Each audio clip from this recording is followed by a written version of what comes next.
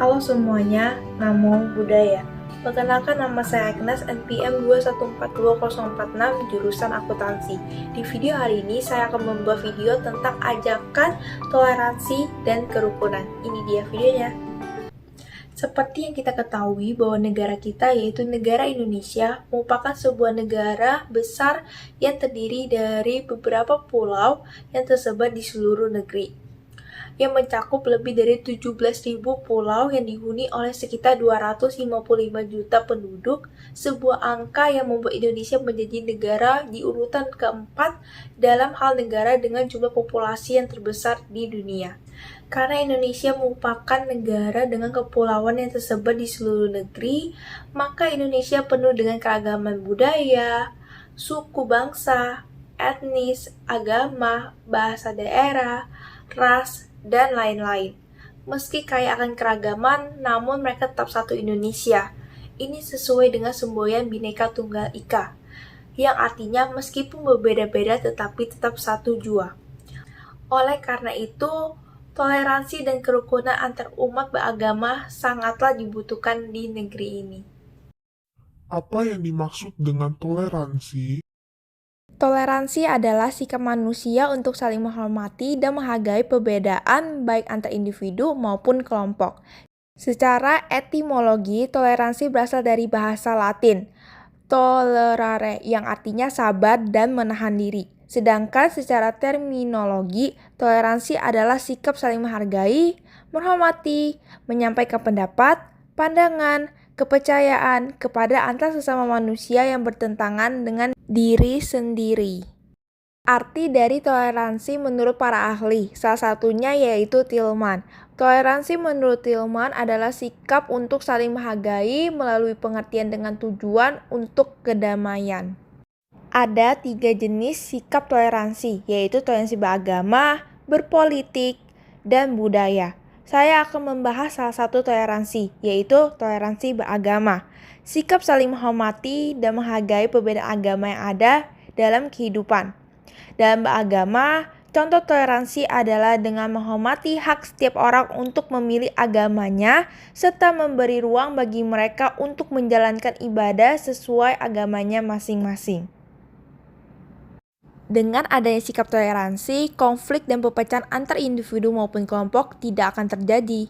Banyak orang menyebut toleransi sebagai kunci utama perdamaian yang patut dijaga. Hal tersebut penting untuk diperhatikan mengingat bangsa Indonesia mempunyai latar belakang perbedaan yang beragam, mulai keyakinan, suku, ras, hingga warna kulit. Setelah kita mengetahui arti dari toleransi, maka arti dari kerukunan hidup dalam beragama itu apa sih?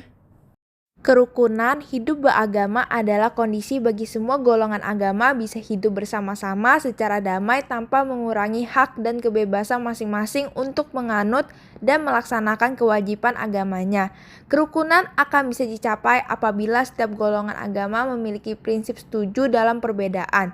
Setuju dalam perbedaan berarti orang mau menerima dan menghormati orang lain dengan seluruh aspirasi, keyakinan, kebiasaan, dan pola hidupnya. Menerima dan menghormati orang lain dengan kebebasan untuk menganut keyakinan agamanya sendiri.